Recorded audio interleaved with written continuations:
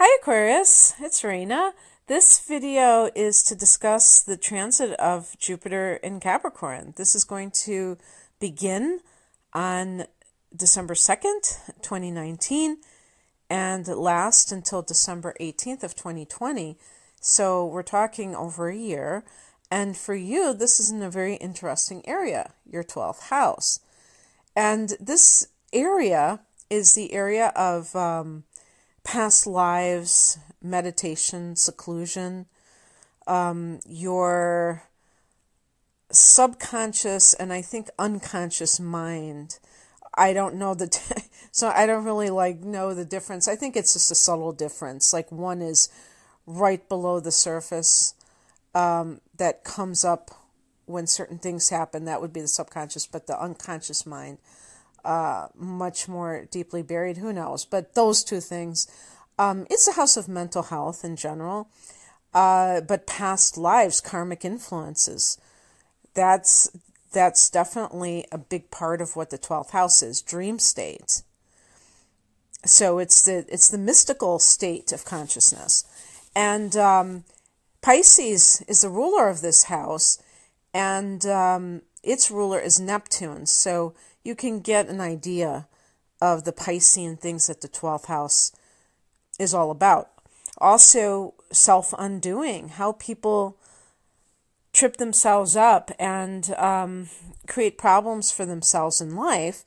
And this is a house of addiction because it's a house of escapism. Neptune is a planet that is about illusion and about fantasy. And when life feels very harsh to a person, what do they tend to do? They tend to escape. They tend to go and maybe either take some kind of a substance that alters their consciousness, numbs them out, or distracts them in some way, keeps them from focusing on the problem at hand. They may fantasize or daydream about a better life. There's so many different things that people do. They might watch an old movie and just lose themselves in the fantasy of the artistic creation. And so there's a lot of things that the 12th house represents.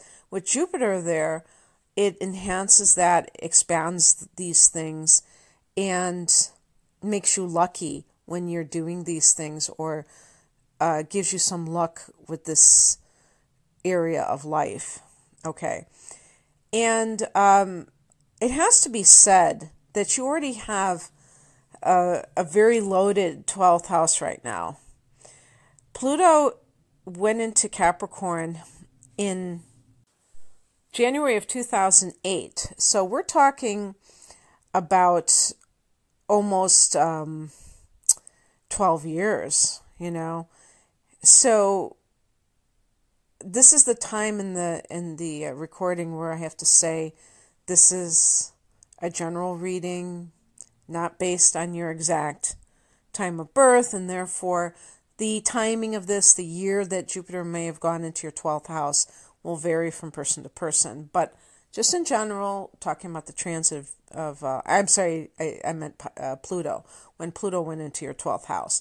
So the bottom line is that Pluto is exerting an influence in your 12th house that actually, I think this might be one of the best places for Pluto, because it might be obliterating your karma.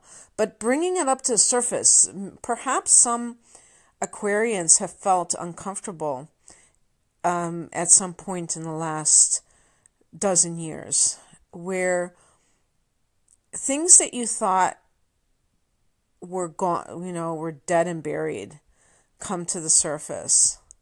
Or even like deja vu experiences, past life experiences that are showing up as, triggers in your current reality. And you don't know why that's happening because they are so buried within your unconscious mind. And So these things with Pluto, it can dredge things up that are buried underneath, and even like trauma that has been totally forgotten about. And that can be like a little bit difficult. And Saturn is in this 12th house as well. But I do want to, reiterate that I think Pluto in the 12th is wonderful because it can transform your sense of spirituality, can transform your karma. If you feel, and I'm not talking about karma in the sense of punishment or some kind of like our obligation, but the sense of feeling dragged down by something, you can release it. So I don't think of Pluto as being bad in the 12th house, but Saturn is there as well. And that may be where it gets a little bit difficult because Saturn tends to veer towards things that are, more pessimistic or sense of limitations. Although these can be things that are turned around and made into something positive, because pessimism is the negative form of realism in a lot of ways, I think. When people are overly optimistic, they may believe that something great is going to happen, and when it doesn't, they crash down even further.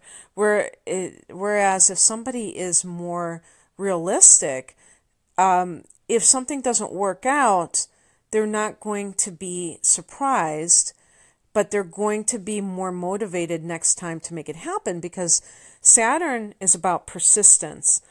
It's really about being able to do something for the long haul.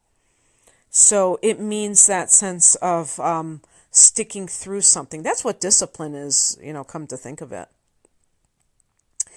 Saturn is also the Lord of karma. So in the 12th house, there can be this sense of like the chickens coming home to roost, or if it's not really happening to you, that you're experiencing any kind of boomerang effects or things along those lines, that you can see how you have been limited by some of your past actions. And one of the things that I think is great, though, is that in March, when Saturn leaves Capricorn and goes into Aquarius and goes into your sign, it will be starting a whole new cycle in the first house. And that means that you have an opportunity on a more practical level in the first house versus the 12th house to begin to create a foundation for yourself. But I will say one thing about Saturn in the 12th, and that is that it can lead to you creating a spiritual foundation in your life in terms of spiritual practices. So that's, those are the two heavy hitters, Saturn and Pluto in the 12th. And here comes Jupiter in December to join the party. Oh, and also the South Node is in your 12th house. That's fun too, because that's your karmic past. It seems like karma is a big theme with Aquarius lately. And, the thing about karma is that there's nothing you can really do about it in terms of what's done is done, but what you can do is look to your actions in the future so that you are not constantly keeping alive certain patterns that lead to similar results. So even like with karmic relationships, one of the things that I feel that the word karma is loaded is because just like in other religious dogma, that these religious terms are used or misused in a way to create bondage for people so that they are tied to these religions, these organized religions, and that they feel like they're obligated. And that sense of obligation is another thing that I should have mentioned is true for Saturn. And this is one of the reasons why people have to really question their beliefs on a regular basis, because if you go through life feeling like obligated to do certain things, it's almost like rote that you're just doing them because you think you have to do them. Does that sound inspired? Does that sound very sincere? I mean, it's kind of like when you go to church on Sunday and you're just doing it because you feel like that's what you're supposed to do. It's better to do things with a sense of desire and a sense of being motivated than just going through the motions. And so while Saturn is still in the 12th house, this is another thing to consider. Like, what are your behaviors, Aquarius, that you just do by rote because you think that you have to do it, you owe it to a person or an institution that or owe it to God to do certain things. And, be more willing to be spontaneous and do things because you want to do them, because you feel like it's worthwhile, and not because you're being put upon. And that's, so the 12th house with that karmic link, I mean, there may even be people in your life that you are trying to appease, or that you feel like you are supposed to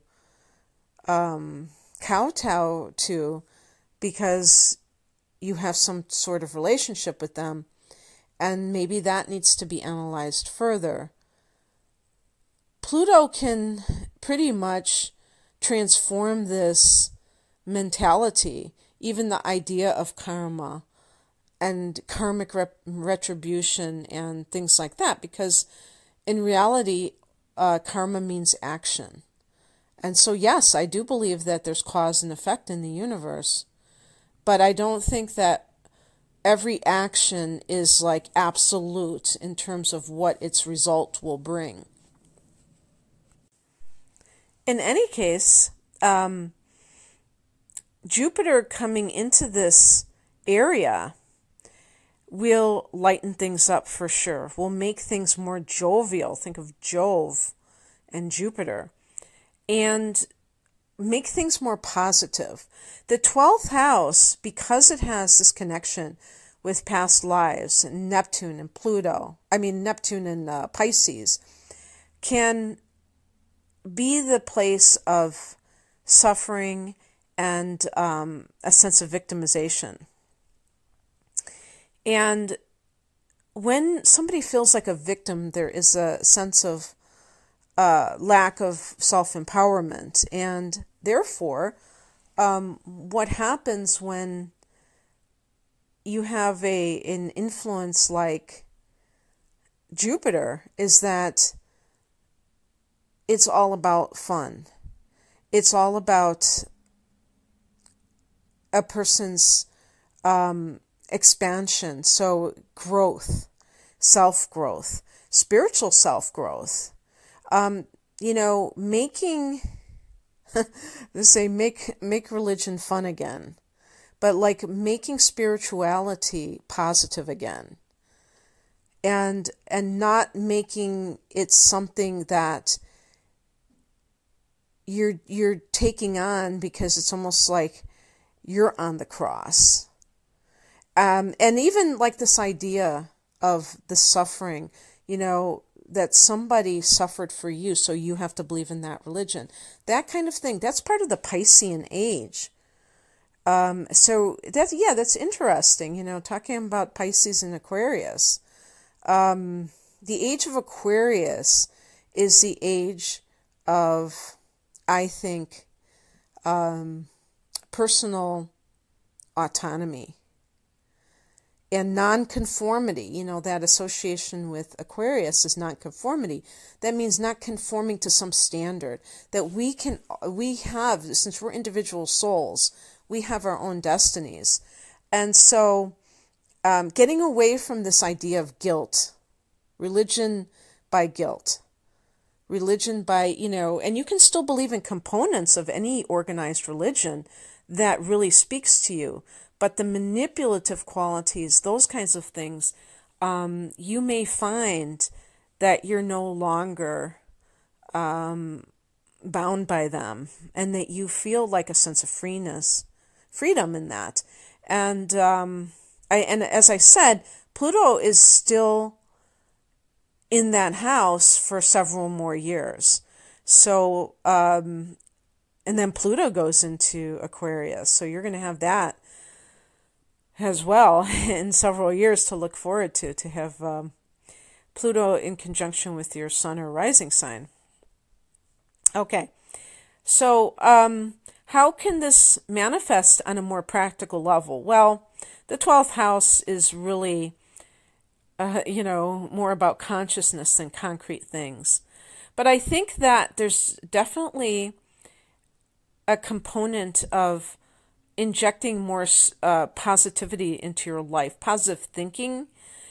And this can be part of your spiritual practice. This can be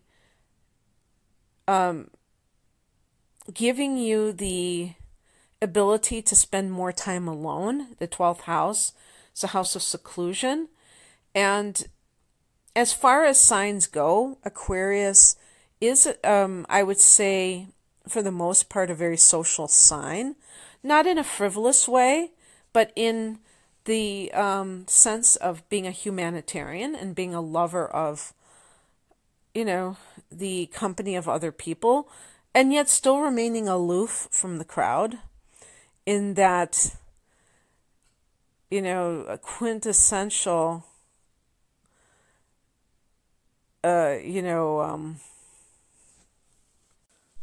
contradictory or contradiction that Aquarians often possess, being the ruler of the 11th house of friendships and groups, and yet remaining aloof or wanting to be aloof from them at the same time.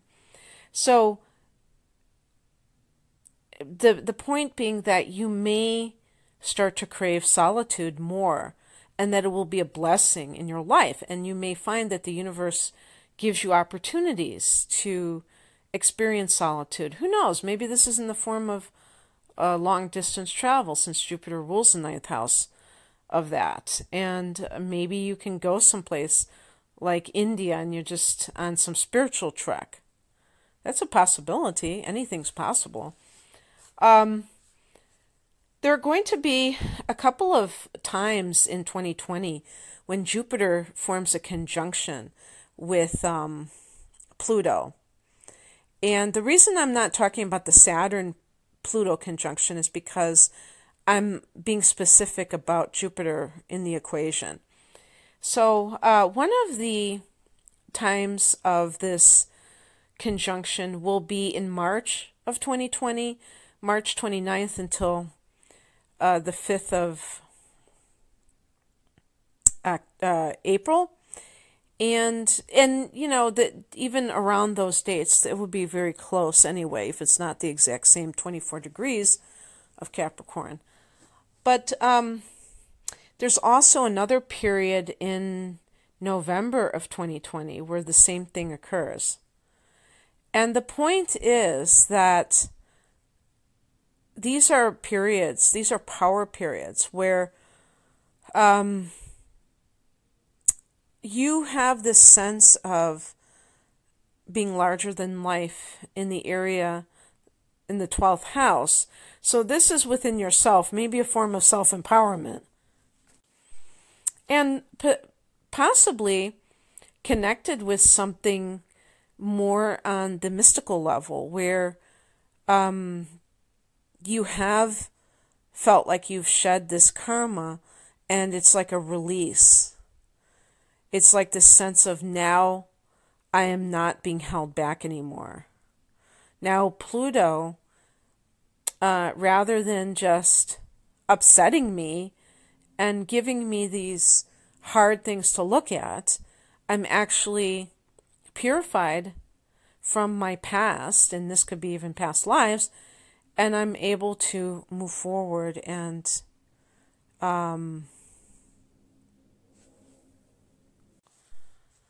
feel kind of like more positivity in your life and less feeling that there's something, that you're not able to put your finger on that was holding you back. Sometimes when people have past life regressions, they experience things like this, where they relive an event that happened maybe thousands of years ago, that just kept, it was a trauma that kept, showing up in one form or another until the person fully got a handle on it. And because these memories are a lot of times repressed during the lifetime, but then even when we come into a new lifetime, we may forget our past life memories. Sometimes these things can be very restrictive, and it's possible that you're going to get a new lease on life because of these, especially during these times of the conjunction where you feel very empowered. And it's behind the scenes, so it's not necessarily something that other people may notice instantaneously, but it could be a quiet strength that starts to build within you in 2020. And what I was alluding to was the fact that, the Saturn going into Aquarius is going to happen right, within days before you have the first conjunction with